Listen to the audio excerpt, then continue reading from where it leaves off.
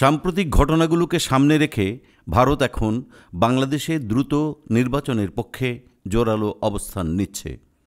Washington সফরে প্রধানমন্ত্রী নরেন্দ্র মোদি মার্কিন প্রেসিডেন্ট ডোনাল্ড ট্রাম্পের সঙ্গে বৈঠকে বসবেন, যেখানে তিনি বাংলাদেশ ইস্যুতে ভারতীয় নীতির জন্য যুক্তরাষ্ট্রের সমর্থন চাইবেন বলে মনে করা হচ্ছে।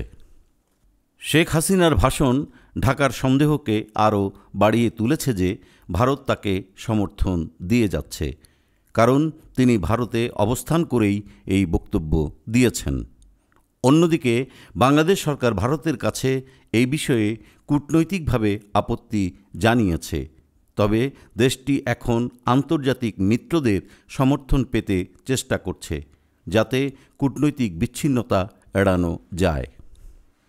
ভারত, বিএনপি এবং অন্যান্য রাজনৈতিক দলগুলো দ্রুত নির্বাচন চাইলেও তাদের উদ্দেশ্য এক নয়। ভারতে অবস্থান করে শেখ হাসিনা 5 ফেব্রুয়ারি ভিডিও বার্তায় ছাত্র জনতার গণঅভ্যুত্থানকে উস্কে দেওয়ার চেষ্টা করেছেন বলে অভিযোগ উঠেছে।